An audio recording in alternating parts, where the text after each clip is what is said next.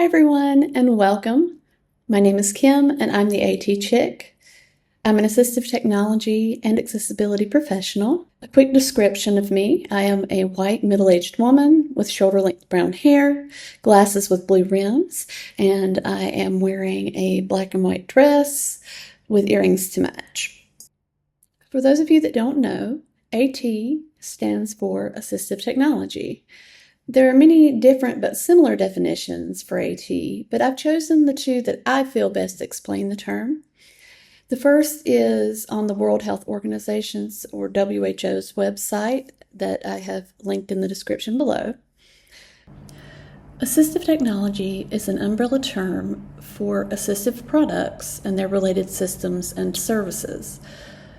Assistive products help maintain or improve an individual's functioning related to cognition, communication, hearing, mobility, self-care, and vision, thus enabling their health, well-being, inclusion, and participation. I also like the ATIA, or Assistive Technology Industry Association's definition, which I've also linked below. AT is any item, piece of equipment, software program, or product system that is used to increase, maintain, or improve the functional capabilities of persons with disabilities.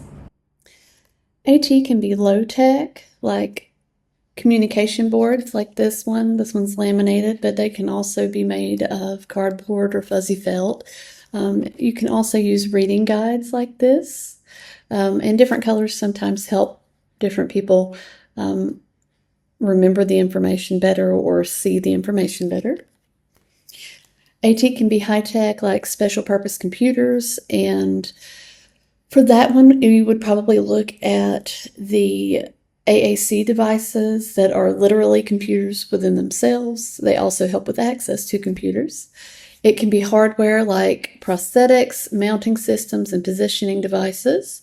It can be computer hardware like special switches, keyboards, and pointing devices.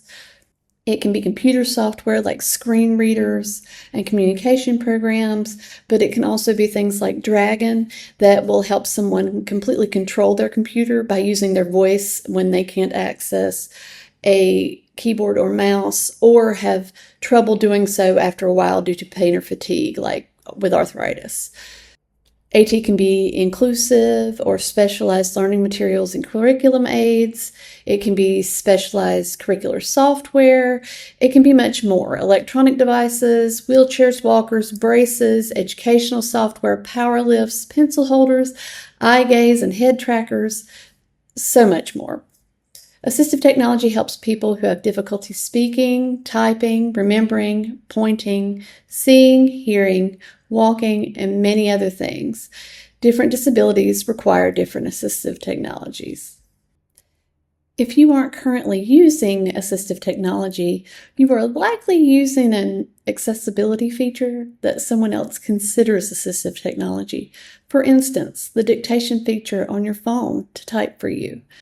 However, just because AT is available, it doesn't mean that you can access everything using that AT, and that is where accessibility comes in. I feel like my alma mater, Appalachian State University, their Office of Access and Equity, put out a great definition of accessibility. Accessibility is the proactive practice of providing access to information, activities, or environments in a way that is inclusive, equivalent, meaningful, and usable for as many people as possible, including people with disabilities. This means that if something is designed with accessibility and inclusivity in mind, then most people will be able to access it. This includes compatibility with assistive technology. Now, if you've been in the AT field for several years or the accessibility field for several years, you've heard of the overlay issue that lazy website developers use as a quick fix that sometimes actually makes their website inaccessible to some assistive technologies. On this channel, I will always preach starting with accessible HTML when you're designing a website or building a website, and then branching out from there.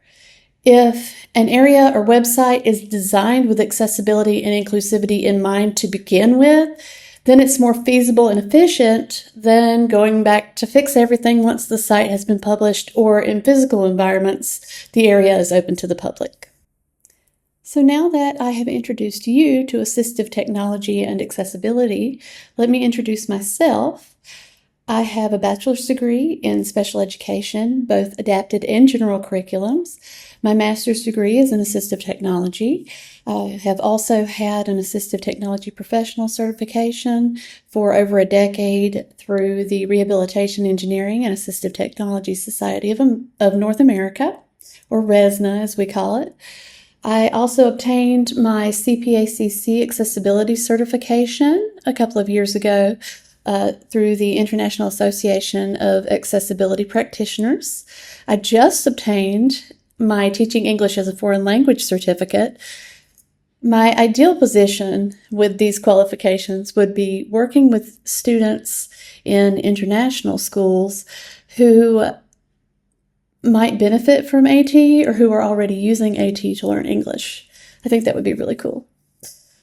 I worked as a special education teacher for a couple of years before finding a graduate certificate in assistive technology and then a job in the field shortly thereafter. I started out with an AT Access nonprofit in Nashville, Tennessee, which included traveling the 40 middle counties.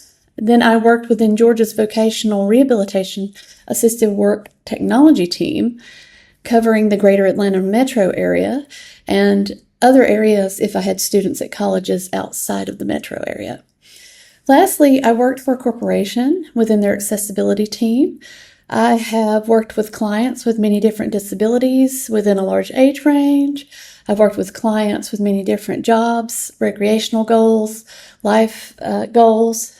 So I've run the gamut through working with people and assistive technology, providing assistive technology services.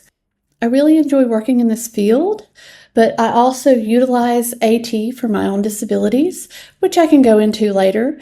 And as we discuss different assistive technology, I will let you know my own experiences as an AT consumer, as well as an AT professional, and the experiences I've had with my clients using those technologies or testing out the technologies to see if they're appropriate for clients. I just want to say thank you to the people who subscribed before I started this revamp of my channel.